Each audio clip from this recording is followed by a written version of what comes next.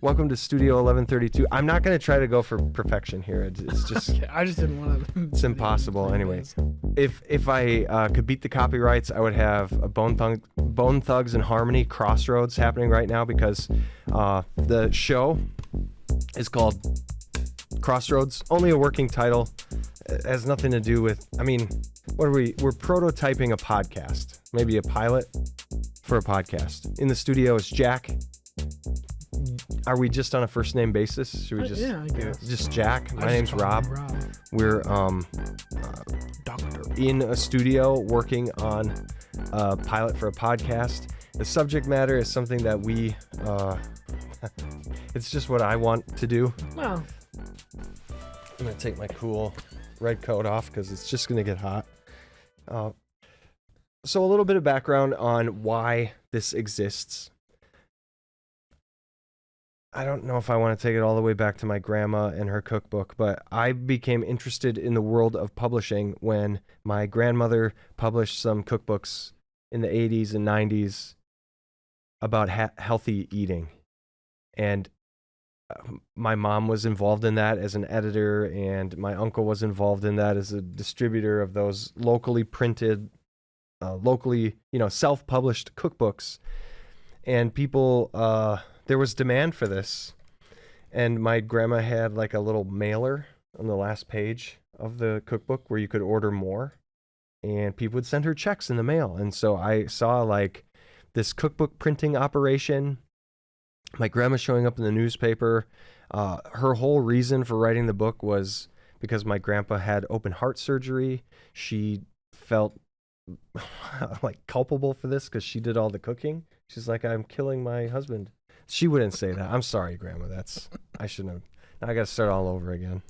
hi, Grandma. You killed my grandpa. Anyways, I wrote a book. No, she just felt like there's got to be something I can do to bring down his cholesterol levels and to make it so that he doesn't have to keep not having. feed him like raw steak every night. Right. I mean, but back then there was no label reading.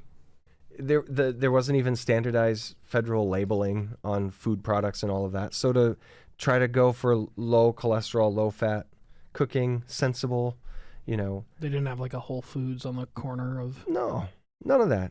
And so my grandma took it upon herself to start cooking differently. And then my grandpa lost a bunch of weight. And people were like, wow, Ralph, that's my grandpa's name. I gotta get me one of these cookbooks. Yeah, like, what are you doing? I gotta lower my just cholesterol. Changing some things, the way I cook and all of that. And then they're like, we want to get the recipes. So pretty soon my grandma's selling literally thousands of cookbooks and distributing the cookbooks all around the area where I grew up. I was like 10 years old when I really started to pay attention to what was happening. Why are we going to grandma's every day for hours every day? They were, typing up recipes and making cookbooks. And the charming thing about these cookbooks is my grandma's voice. There's the recipe, but then my grandma, wrote what to do with all the recipes. And my grandma's got a distinct and funny voice. And she's just not like Julia Child. I don't know, just a character. My grandma's a character. So people came for the recipes but stayed for her narrative, Her charisma running through the Happy Healthy Heart cookbook. And long story short, that local printer that was printing my grandma's cookbooks went out of business. The local printer went away, and my grandma had no other printing option. She wasn't published. She'd done everything on her own. And so when this printing press went out of business in my hometown, she was like, I can't make the cookbooks anymore. So these checks would keep coming in the mail. And she would send them back with a letter of an apology. I can't get you this cookbook. And for a while, she was trying to send just like printed recipes to people. And it was one of the saddest things for me. I was like, that sucks. The printing press goes out of town. So you can't give people these cookbooks. Yeah. That they want. And then when I went to college, I found this website called lulu.com, which we'll be talking a lot about in this podcast. And Lulu is a sponsor, And if you click on the tab in the links below, just kidding, I'm making this up as I go, but hopefully I'll get in place. If I could advertise for any company, it'd be lulu.com. Hire us. You can Sponsor us. Yeah. We'll keep making this if you give me some, whatever. So people can get to Lulu. There are a lot of different ways you can self-publish. You can use Kindle Direct Publishing or, what's that one big Lightning Source. There's a lot of different ones. I'm going to focus on Lulu in this program and hopefully educate people whose interest has been piqued by our conversation. But I discovered this website, lulu.com, back in 2004. I'm an early adopter for this website, and it had been around a while. But I studied the guy who founded it, and it's basically a printing press. It's not a publishing company. They don't publish anything. They print on demand.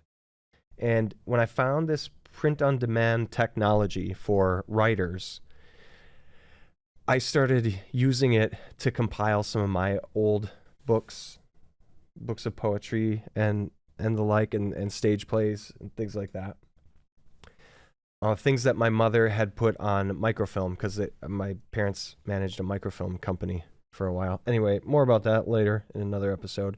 But I took some of these old stories and ideas and published them just to see what it looked like. Because you design a cover and a spine, and it's sent to you with perfect binding, which means for soft cover books, paperback books, it's got a nice spine that you can have text printed on the spine. And the glue that they use to bind all the pages together, it's called perfect binding. And I was like, that's what makes a book look like a real book. Whereas my grandma's cookbooks were coil bound.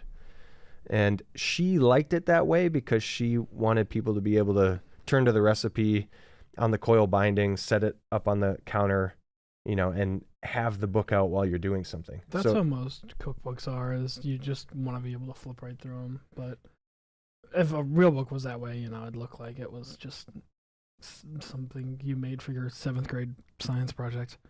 Yeah, and Jack's eventually going to talk in this podcast. This is just Basil exposition, just getting a lot of the backstory out of the way. We'll cut all this out anyway. We're just practicing. What are we already 8 minutes in? Are we really? When I saw that coil binding on my grandma's cookbooks, though, I was like, that kind of shows that local printers are cheap. You can't even make it look like a real book. And Cecil at Cecil's Printery in my hometown, he couldn't do perfect binding. And I was like, well, it's not really publishing. I as a 10-year-old, I didn't understand the difference between a real published book and a self-published book. All I knew is that there are different levels of cheapness. Like, you can make your own thing look cheap. You can put a crappy cover on it that nobody wants. Staple a bunch of pages together. Yep. They say you can't judge a book by its cover, but really, you can. Particularly in self-publishing, you could tell the quality of the story you're going to get oftentimes by the amount of effort that people put into making it look good. Right on. And because I'm not a graphic designer, no matter how hard I try, and this box in front of us, it's eventually going to be an unboxing. I'll explain why I'm taking so long to just open the damn thing up. I've got nothing but time. But Lulu.com has perfect binding. They print hardcover books and spiral, coil bound if you like, in a variety of formats, shapes, sizes, page weights, etc. And they've gotten a lot more sophisticated in the almost 20 years that I've known about the company and used it regularly. But one thing that they have never tried to change and never will change is the fact that they're a printing company and not a publishing company. It just gives writers and content creators an analog option. And they publish ebooks as well. It's something they started doing later in their time serving content creators. Originally, though, they just functioned as a printer. And when I learned about this company, one Christmas, I decided I was going to reprint my grandma's out-of-print cookbooks in an anthology. Now, this was a lot of typing. I thought, oh, this will be nice. I'll give it to her for Christmas. My grandfather passed away, and it was really when he was quite sick that I put this time and effort into getting those cookbooks back into a publishable printed format, not publishable, but printed format. And I gave it to her with an updated cover. And if I put any production value into this podcast at all, this is the part where I'd cut to what the cookbook looked like before and after. Yeah. Here it is. Wow, look at. So Right in front of our eyes. I solidified my spot as my grandma's favorite grandson that Christmas when she opened a box kind of like this, and different shapes and sizes of the reprinted cookbook were there for her. And she didn't do any work. She had done all the work before they went out of print. So I brought them back, and through the Lulu account that she got, the storefront, and being able to list that book on Amazon and Barnes and Noble, and all of a sudden she started all of a sudden to get royalty checks in the mail from Lulu. People were buying this cookbook in Australia and in China, and ordering it through Barnes and Noble directly. And so what started out as like a gesture, like, Grandma, you can print copies of your book and sell them at the bookstores like you used to. The new thing was people were buying this book who she'd never talked to, never seen, never tried to pitch to. And so she started getting these quarterly royalty checks, which weren't huge, but they were something for a book that had been out of print for a long time. And then she got some press coverage. Eventually she got a boyfriend and they got married. And but for a while, my grandma got a boyfriend. But for a while, this was something that, my grandpa passed away, and this was a bond that we shared, my grandma and I. We still do, because she still gets those quarterly royalty checks in the mail. Anyway, fast forward, it was easier for me to do something like that for my grandma than to attempt to share or distribute my own creative work. And it always has been. I'm a college professor at a small private college, and I have children. I'm busy. I don't have a lot of time to bust into the publishing industry. And I've self-published a lot of things along the way. The only thing I've ever had published by an outside company was my dissertation, which was one of the requirements for a dissertation. You have to have it published. And going through that process, working with an editor and meeting publication deadlines and all of that gave me a little bit of access to the publishing industry. I became more interested in publishing after my dissertation because I only had time to write things that I wanted to make for fun. So I started writing a sci-fi book about 4 years ago, and I was doing it for me, avoiding academic writing, just getting back to like some of the earlier stuff I had done before graduate school.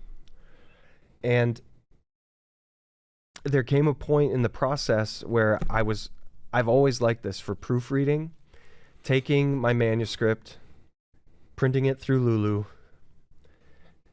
and then going through that bound copy as though it's a real book with a pen and proofreading, crossing things out, saying this ought to go on page 200, whatever, making notes to myself, and then taking that printed manuscript, going back through the word processor, making changes, and printing it again, and just a process of refining, usually with the intent to like self-publish it.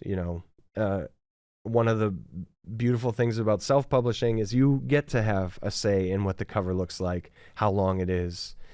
But the downfall is if you're not a good editor, can't edit yourself, or you're not a spelling bee champion or a grammar enthusiast, you're going to have mistakes and errors that will make the reading experience less pleasurable for anybody who's willing to invest time to read your work.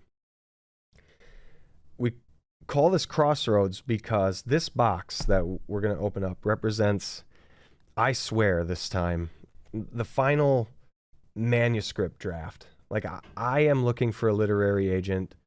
I want an editor, someone to take what I think is a very polished manuscript and pare it down. I think these manuscripts are 400 pages long.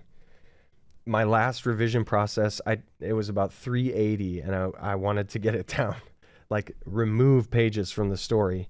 And I did a lot of removing and moving. And by the time I finished it, it was longer than it was before. And honestly, it's hopefully a cohesive story. We'll talk about the content in future episodes. That's why I want Jack here in the first place, not to be like Silent Bob here, but to talk honestly about the creative process and what this, it seems like a brick wall at the end. What do you do with it now that you've put your heart and soul into it? Because you're a creative person and you've worked on a lot of stories and you're a talented musician, and in all these creative industries, you hit this spot where like you want to bring it to market or you want to share it with other people, and you want to do that in a meaningful way, potentially a profitable way, but probably not. But maybe. And you're at this crossroads then. Do you try to be your own content distributor? Do you try to be your own agent, your own editor? And the overwhelming response from the community is like, don't do that. Anybody who's in the industry or in academia, they're like, you can't publish your own stuff. It's sad. It's sad. It's sad, but it's not always sad. Especially now, because this is where the crossroads comes in. The self-publishing industry, the ability to print on demand, or, you know, Spotify, I guess that's the corollary for like podcasting. Yeah, for podcasting, for music. So you can get your latest single listened to 11,000 times and make $1.18. Not even. It's like $1 million. It's like 1 million streams to a penny. Yeah. You put your content on YouTube, and then, you know, maybe you can make some money, and they put contextual ads, but then you could be censored or banned for saying the wrong thing, or it's a lot of work. It's a lot of work to try to get 1 million views of something. I don't know. It seems daunting. But in the publishing industry, you see a lot of writers who oftentimes they have a polished manuscript. They query literary agents. They jump through all the hoops that you think are next. And I've gone to writers' conferences and workshops and received a lot of education about what you do after you have a polished manuscript. I've gone to pitch sessions. I'm not good at pitching my own work. Not at all. Like, you know, no, what is this book about? It's 400 pages. I can't even begin to describe to you what it is about. It's about too much. It's probably a bad novel. It's my first effort in a long time. I mean, I've written stuff before, mostly plays and screenplays. I've made films in the past and put on theatrical productions, but this was supposed to be just a fun writing project, still is. But eventually you get to a point where you want to share it. So how do you go about sharing your content in the 21st century with so many options? And my hope for this podcast is not for it to be the Rob show and the long story of Rob and, oh, please help me. The long and winding Rob. Yeah. Not that. I want to offer a platform for people who are on that precipice. So this would specifically be for artists, creatives, writers who have their product. They have that manuscript. They have some recordings of an album. They have a book of poems, screenplay, stage play, whatever it is. And now you're at that place where, are you trying to print it and share it with people all by yourself, be your own marketer? And I'm going to argue that there are some good reasons to do that. But also, what if you're trying to get an agent? Have you been querying literary agents? Have you been facing rejection letters, or people are just ignoring you? What do you have? I want you to be able to call in or send me your video, tell us your story, tell us where you are, what draft of your manuscript are you on? I want to become curious about the world of particularly writers, you know, and that's just because that's where I'm at right now. You know, last year we had a student who wrote his own feature-length novel, full manuscript, went through lulu.com, printed copies of it, shared it with his professors, got accepted into an MFA program for creative writing, and is now teaching composition classes at that college. I would say a success story. It's also a really good book. Really good book, and he doesn't have a publisher. He has not attempted to query literary agents, and we'll talk more about what that even is in the future. But he's in this place where the success represents to me that he has manuscript in hand. Now, he went on Canva and designed covers and went through Lulu to have it in book form, because in my classes, I'm always talking about the joys of creating, you know, but it's not to be confused with the joys of publishing, which I don't know if people call it the joy of publishing. It would be nice to go to, like, for me, I always imagine that going to Barnes & Noble, say with a date or something, and going to like the section where your book is and going to where your name is alphabetically. What? And taking it like Starbucks in hand and your book and like, ooh, look what this is. Look, and dear. Like, is this your book? Did book. you write this? Like, that's a fantasy. I don't know you very well. Do you want to go to Barnes & Noble and look at my book with me? Yeah, well, look what we have here. Oh, what's this? It appears I'm a writer.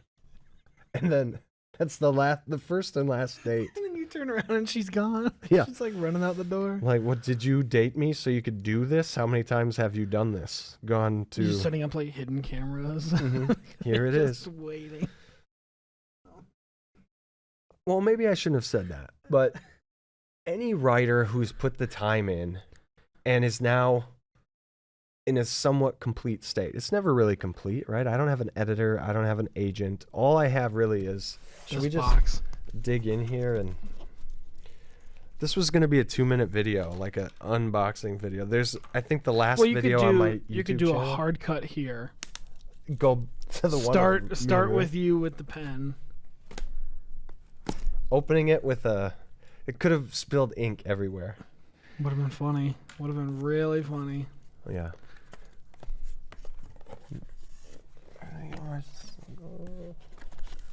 Okay. So... Can I grab one? Yeah. Perfect. So this is cream pages, matte finish. These are just options through Lulu.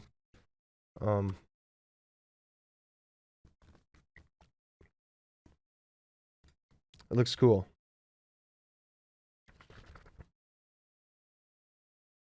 If you're only listening to the audio, and would anybody be listening to this? It's You can hear me flip through the pages. yeah, to make we're sure flipping through the none of the pages. chapter heads are screwed up.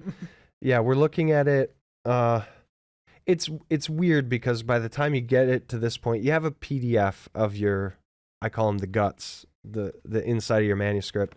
You have a PDF of the cover itself. When it comes in the mail, you're really just having that analog experience of holding it in your hand, looking at like the print quality, whether it translates into the physical world as well as it did when you were looking at it on Photoshop or Canva.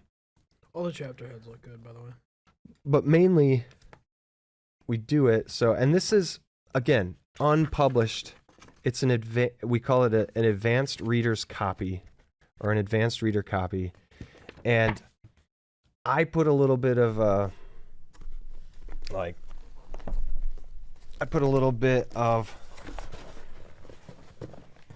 artistic flair into the printing of the book. So I put some pictures in there just in the beginning and end, and I figure since I'm having it printed, even though it's not published, I want it to look somewhat like a book that got published. But it's important to make a distinction. This is not published. In fact, if I query a literary agent, send them a chapter or a synopsis, and they're like, "Oh yeah, we want more. Send us the manuscript," and I just dropped one of these in the mail, that's it. That's the end of the deal, because they don't want printed works to be bothered with all of that. Like, what is a fun experience here, printing a manuscript? If I just said, "Oh yeah, I've worked really hard to kind of," you're wandering dangerously close then into the realm of self-publishing, which traditional literary agents and publishing companies, they don't want to touch self-published authors at the literary agent querying stage, because it's not good business, I guess. If you can find the book out there anywhere, if this were in print anywhere online, then you kind of disqualify yourself, as I understand it. You disqualify yourself from the traditional publishing route. So it's important to keep in mind that these are not for sale. These are not available anywhere online, and they're like beta reader copies. So I could maybe send these to a few different people and say, what do you think of this version? Lucky caller number 5. And yeah, and my brother won't read it, even though he's a character in the book. It's just too long. And not me though. God forbid the one person who reads it gets a part in the book. No, I can't. Even guitar is in there, but not me. Are they really in here though? I mean, maybe snapshots of people are in here. But so here we are. This is the beginning of, I was thinking about what could I do a podcast about, and all my ideas for podcasting are probably too controversial. Book related. Yeah. They're either too controversial or too boring. Too egotistical. Yeah. And this is egotistical because now I have lined the table with copies of my book that you can't buy, but I still am going to talk to you about. But I figure there's a purpose for this. I think there's a lot of people in this very position. Maybe they have self-published and bought a bunch of copies of their book, and they're trying to sell them, and it's not going so well, or maybe it is going well, but because you had some success self-publishing, you didn't realize at the time, but now it's going to be hard for you to sell that manuscript or get an agent or get a bigger publisher to look at your book because they're like, oh, you already self-published it, right? So there are people coming from all different points of view on this.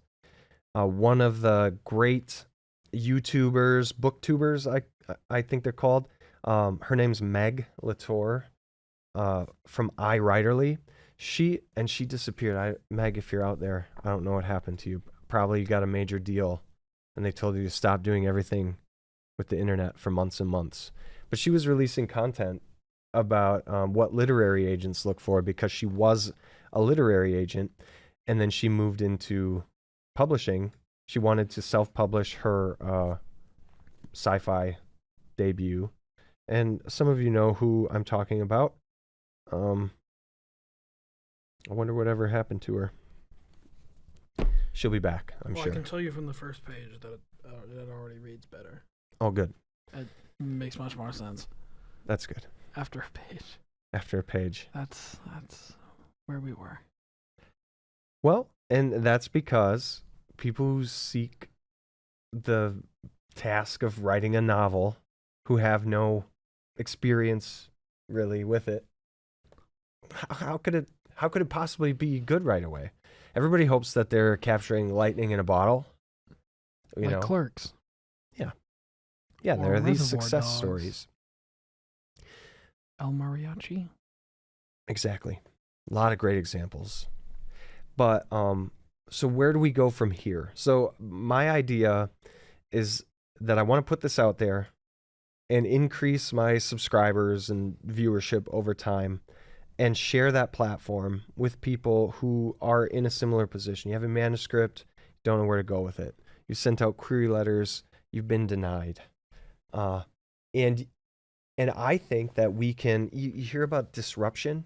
Now, how can I disrupt anything? I have 13 subscribers probably on my YouTube channel. I'm talking about, I'm not a successful novelist. I'm an unsuccessful, untested novelist.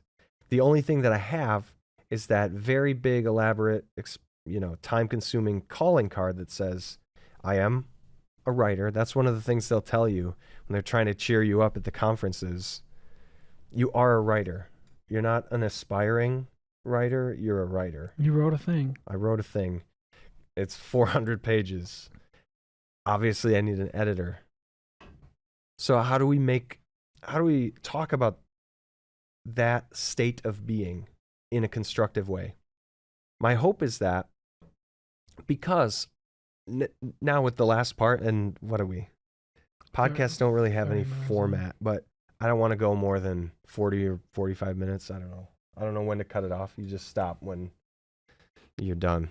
I mean, if you wanted to, you could always just do the unboxing as a thing that you put somewhere, and then this whole thing, put that in its entirety, and then just put the unboxing. That way people don't have to listen to you talk for 20 minutes before you say something with a pen.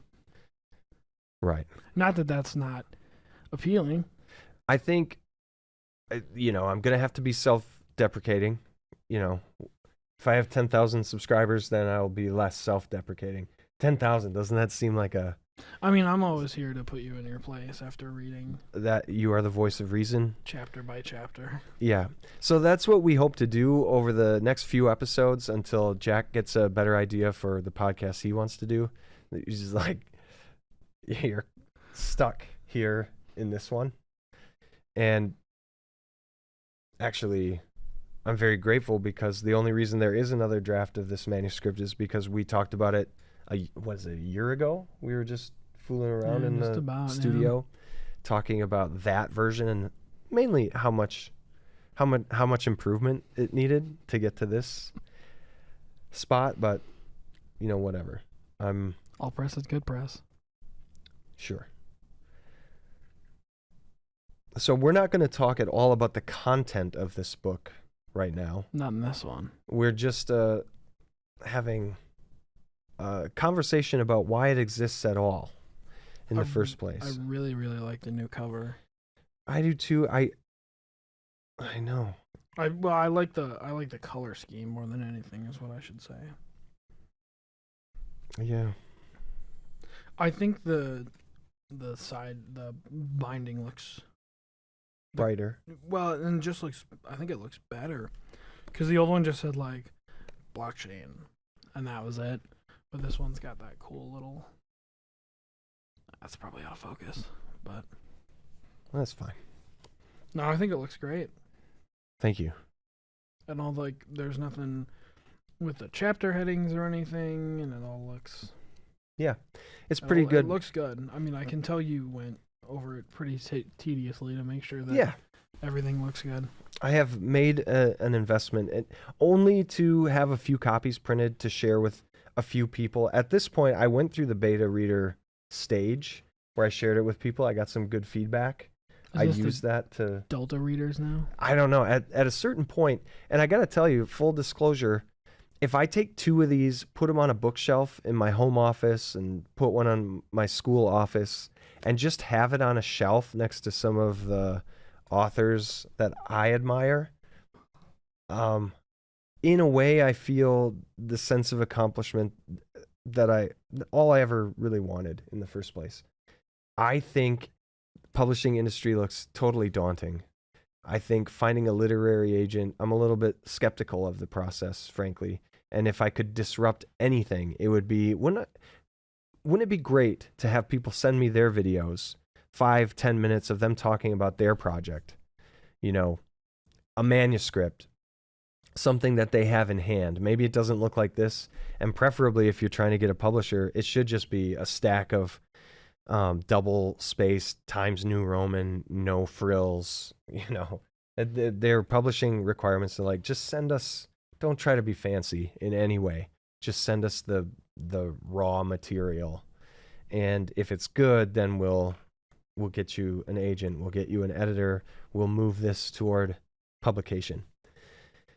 But when I look at that process and I see what we have, we'll talk about Query Tracker in the future and how you can start an account, maybe a few bucks a year, and you have access to send query letters to potential agents. They are agents, but they're not your agent.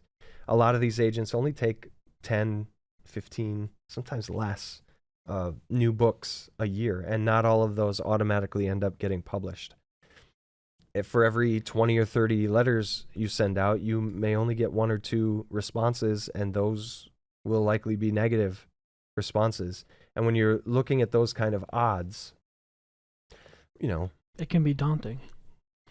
Have I said daunting like a bunch of times? Yeah, but I mean, it can look like you don't even, like why try if all you're going to get is rejection, then you're like, well, why do I even why do I even care? You know, Right. I've got my book. Who cares if a million people read it? Yeah, and that's kind of a weird conundrum about it is if you have any graphic design knowledge or know Lulu.com or Kindle Direct Publishing well enough, you can create something that looks essentially like a totally published book, and Like it something reads that the would way be on you a want. Barnes and Noble bookshelf. Yeah, I watched a documentary called Helvetica, which is like 2-hour documentary about how important the font Helvetica is in the world. And I became obsessed with typesetting and the way fonts look on a page. And when you have some editorial knowledge yourself, I have a PhD. I had to basically edit my own dissertation, work with a few other editors who were incredibly strict. So I know what it's like to go through that process. So I can do this for myself and maybe not have it go anywhere and just have a basement full of copies of a book that nobody wants. Not that I've done that before with filmmaking or anything. But so I know the risk-benefit analysis of whether to self-publish or whether to seek a publisher, and it is daunting. If there was ever a field that could use a little disruption, I think it would be the book publishing industry. Of course, it is radically disrupted now, just with the way people have changed their purchasing habits. But when we went to Barnes & Noble the other day, it's still a magical place, isn't it? See all those books in print. One of the things that bothers me about the publishing industry, and I shouldn't start being critical of it, since I still have the hope of becoming a published author, and I have that hope for other people that I know, is that some people are in a position where they have a really great book, they have a really great manuscript, and they know nothing about how to get the world to see it. And that's what agents and editors are for. But there's a lot of rejection there. But not everybody is facing that rejection, because sadly there are also people within the publishing industry, within the network of publishing, that have a celebrity already, or they have legacy already. Their parents are in music or movies or writing, or somebody, within the family, some close contact or something. And so depending on what the publishing industry is wanting to publish, especially the bigger names, you can already have a book deal waiting for you. All you have to do is just step up and take it. You've already accomplished something. And maybe for those people, the last thing they have time to do is make a book in that moment. And then you can just get a ghostwriter, or, some people just have a book waiting to happen because that's what the zeitgeist demands. Well, and there's so much of that in every industry. You know people whose parents are electricians, and then their kids just get handed an electrician business or something, Right. and it happens everywhere. But the only time we care about it is when it's something that can make us famous. Like, Right. oh, you need connections to get out to Hollywood. Well, you kind of need connections for everything. You need but connections to Hollywood is the only thing that really, yeah. people get mad. Like, why isn't my dad famous? Right. And I'm surrounded by people here, they go to college, their parents have a company or a business or something, like, you'll take over the business one day. And there's a lot of people who don't like that kind of pressure. Like, I want to do my own thing. Gotta keep it inside the family. My business partner for creative work, like we've made films together and stuff, he, a lot of the reason why he wants to make movies and be in this industry is because he never wanted to take over the family business, And that resistance is probably the worst. Haunts him, decades later. Like, oh, if I only would have. If only I wouldn't be rich. Yeah, but then I see people like Kelsey Grammer, who is Frasier on TV. His son is Andy Grammer. He gets to work in show business. What a ball. Or Alan Thicke, his son Robin Thicke. He gets to work in the business. And probably the education he had from growing up with a celebrity father prepares him. Charlie Sheen. Right. Charlie and Martin and Emilio. And you see this all the time. And Nick Cage. yeah, Nick Coppola. Maybe, and I have to admit, I was raised in a small town, blue collar, like middle class, whatever you want to call it. A real John Mellencamp. Just a dude in the world. And I have a lot of jealousy for like learning the way these industries are. Because the American dream and like, oh yeah, you can do anything if you can put your mind to it and you'll have success. You know, this idea of just like unbridled opportunity. I don't know. The world is yours. You really gotta roll up your sleeves and face a ton of rejection. And I think that is part of it and might ultimately be necessary. It just sometimes seems unfair when there are other people, and I'm looking at it from the outside, but there are other people who have all that stuff lined up. Like, what is the difference whether Penguin is on the spine here or this transistor clip art that I found on the internet? What difference does it make? You know, I definitely didn't do it because I want to be famous. No way. Nobody ever does anything to try to be famous. If they do, then it's the wrong. Do people just want to be famous? Oh yeah. Like that's the goal? Mm-hmm. I mean, I think everybody deep down has that desire to be, because we keep hearing things about REM. I mean, these are old polls, but like REM, Radiohead, I mean, all these like bands and these people who are like uber, I mean, Nirvana, you can talk about the big ones who ended up destroying themselves because of it. We hear about how terrible stardom is, but there's still that idea deep down that we go, well, it'd be different for me. Well, I could handle it. Right. I think I could, it'd be worth it in the end. Like how the lottery ruined my life, things like that. People win the Powerball and they say, I was miserable. This is the worst thing to ever happen to me. And people go like, but they handled it wrong. I would handle it better. I would like I would like to be able to try. When they say the money is the root of all evil, the people who say that don't have any. People say that have too much. Mm-hmm. There's a Clash lyric that says, if it's true a rich man lives a sad life, what do the poor do with their lives? Oh, yeah. Yeah, so there's a lot of dichotomies, right? Now, it would be nice to... I know local authors, I know regional authors, and of course we read famous authors. Going to these conferences, I realize, so I have more of a background in creative media, cameras and microphones and studio production.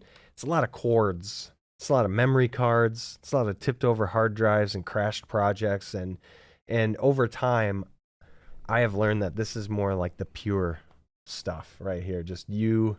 Colombian. It feels, no. It feels like a streamlined, stripped down experience. It's like words on a page. No microphones, no cameras. It's before all of that. And I've fallen more deeply in love with this experience over, have you seen these new 4K cameras? And, we have a newly renovated studio where we can do anything here that we want. We got the Joe Rogan podcast microphones so we could, talk about this. A buddy of mine. Yeah. A buddy of mine and I are making a podcast. So we want to talk about the industry and we want it to be helpful for people who have that manuscript in hand. Come on our podcast. Yeah, so we're going to have a contest. I don't know the best way to do this. Who holds a contest when they themselves have no viewership, no readership, totally uncharted territory? But you got to move in a direction, right? That's what we talk about. Your college radio show where you'd be like, the second caller, call in. And it was like 2 a.m. and nobody called. Yeah, my first college radio show was midnight to 2 a.m. on Tuesdays. And we would try to give away just like milk crates full of CDs and albums. And we'd say, we used to say we'd take the 5th caller, but we had to take that down to like, we'll take the 2nd caller. And then we'll just call. We'll give you a milk crate of CDs, and no one would call. It just became like Facebook Marketplace at that point. Except for one guy who would call regularly. His name was Marty, and he became my friend for years and years. So really, what do you want to do? Sell 1 million copies of a book, or make one friend? I don't know. Probably 1 million copies of a book. Yeah, probably. Oh, well, in order to sell 1 million copies of a book, which friend would you eliminate Kill. from? Yeah, completely You have to kill somebody, disappear. but you get 1 million copies of a book. And that's why we call this podcast Crossroads. Because we make the tough choices. Well, do you know where the legend comes from in the first place? The Robert guy who- Johnson, right? Yeah. Sells his soul to the devil. Fell down on his knees. Maybe we shouldn't call it Crossroads, because that is not the handwriting I want on the wall. That you have to trade your soul with the devil to get a book deal. Yeah. Fame. But Fame. at what cost? Makes a man. So, yeah, we got to move in a direction. And I propose that in the episodes ahead, sure, we do talk a little bit about this, not in a way that renders it ineligible for publication. And remember, So don't spoil it. I'm not trying to sell this book. I can't sell it until I actually sell it. So we're going to talk about this book, and it is an actual book with 400 pages of manuscript, Of words. but it's the opposite of usually people want you to click on a link and buy something. I don't want to do that. What I would like to do instead is offer up some of our time for all the people who've subscribed to collect videos, pitches, whatever you want to call it, but not in the industry standard way. It may take you 2 minutes. It may take you 10 minutes to describe what you have. An elevator pitch. We want to know about it. If you are successfully published, you probably don't need us. If you are But we'd still like to have you. Yeah, if you're a successful self-published Come writer, talk to us. maybe you don't need us, but maybe you can educate us on both ends of the spectrum. We want to know, what does it take? We like to talk and listen. Yeah. So what we want to do is start to collect and play on our podcast, our video podcast, whatever you want to call it. We want to hear from real writers. We want to hear about the stories. We want to hear your elevator pitch.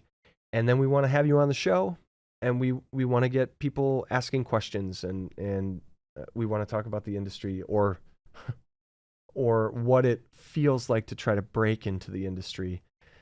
We just want to talk about this love that we share, which is creation, content creation. And if anybody gets absolutely anywhere in the industry or starts to sell more books or spread awareness about their project because we took the time to do this, then that would be success, right? No ulterior motives whatsoever here. So what do we got? Are we close to an hour? What are we? I feel like we can wrap up there. I feel like it's a good place to stop. We plugged it. We said, hey, show up. Thank you for sitting here, Jack, and not really. I mean, I had a lot to say in the beginning. That's okay. But I do want to get into some of the content. But then who would listen to a show where they actually don't get to read the book, Mhm. and then we still talk about the book? That would be. Well, we could have Nathan on when he's not too busy.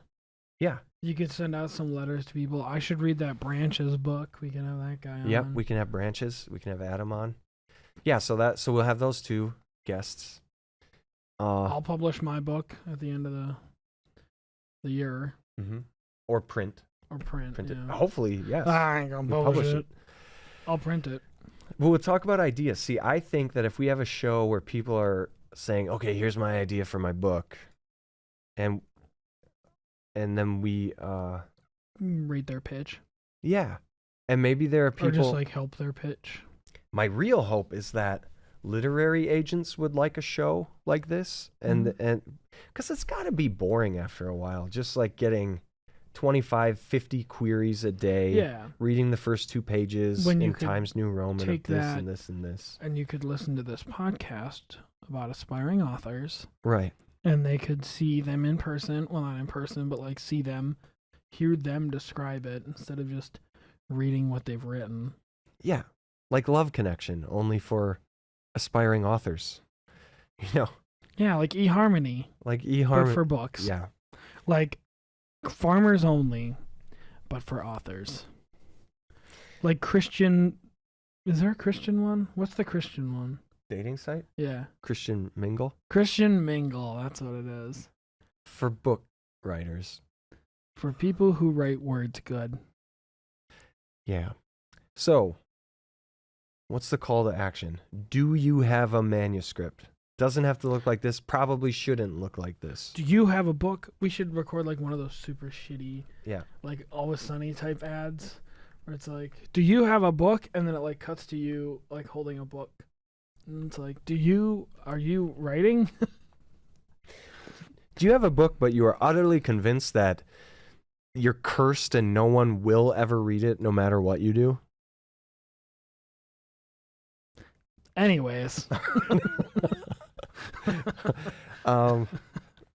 Boy, do we have a viewerless show for you. Show for you. We've got a show that nobody will watch for your book that nobody will read. Do you have a book that no one reads? We have a podcast that no one listens to. Yeah. Let's talk. Let's get together and talk about futility. Have a nice little barbecue in the studio here. It'll be great. Anyway, you get the point. Not all these episodes need to be this long. In fact, Is this still going? this might be the last one. We're not Yeah. going to cut there? No. At like 45? It's less than an hour. Okay. That's, I'm so used to wasting people's time for an hour, because I'm a college professor. No one's going to listen to this. No, maybe they will. Maybe. It's all in the metadata. Like, we just need to tag it with like literary agent, query an agent. If just a you bunch of you meta got tags. this far, I'll read you one. Nothing dirty though. I flipped it right to an F word, so. Yeah, it's full of swearing and drugs and Jittery Computer Geek Adult. Brothers. no, just don't read anything. Because That's what you have to look forward to. I'll read a new segment a new every week. sentence. Not even a full sentence. Here's a sneak peek of next week. He said softly. And we I cannot sell these, but I can give them away. So maybe if Like there's anybody candy. out there who would seriously read an unpublished manuscript and give me any feedback, I'm really at that stage where I want an editor, somebody to go through and say, you could still tell the story that you want to tell without this page. Full stop. This can go. This whole chapter can go. This chapter does nothing for anyone. You can just cut this. Yeah. Anyway, thank you for tuning in. It's not tuning in. Thank It's you. like, Thank be you for kind, clicking. rewind. Thank you for tuning in. There's all these things that aren't even real anymore. It's all digital. I mean, like a catchphrase. Thank you for clicking on the link. Be sure to smash that like button Be and hit the sure- little bell to get notified. Yeah, everybody makes fun of that, and then they all And then they all say have it. to do it. Yeah. Because otherwise, people are sheep. Nobody knows how to click the like button unless you tell them to. Right. Do I like this? Well, Yeah. they told me I did. I'm less likely to click the like button when someone tells me to. I like things that are going to get me in trouble. I hit the dislike button. Somebody is like watching. Have you seen the things that Rob is subscribing to? They're all contraband. A Standstill Thought, part 1 of 15. That's too many parts. Well, thanks, Jack. Yeah, of course. This is Hopefully this goes somewhere. yeah. And not just into the eternal abyss that is the internet. Then we'll fade Bone Thugs back in right here, and then we'll get a copyright violation for playing Bone Thugs, and then nobody will see this. Can you just make me some music real quick that we can? I've probably got some on my soundtrack. Thanks, everybody. Thanks for joining us.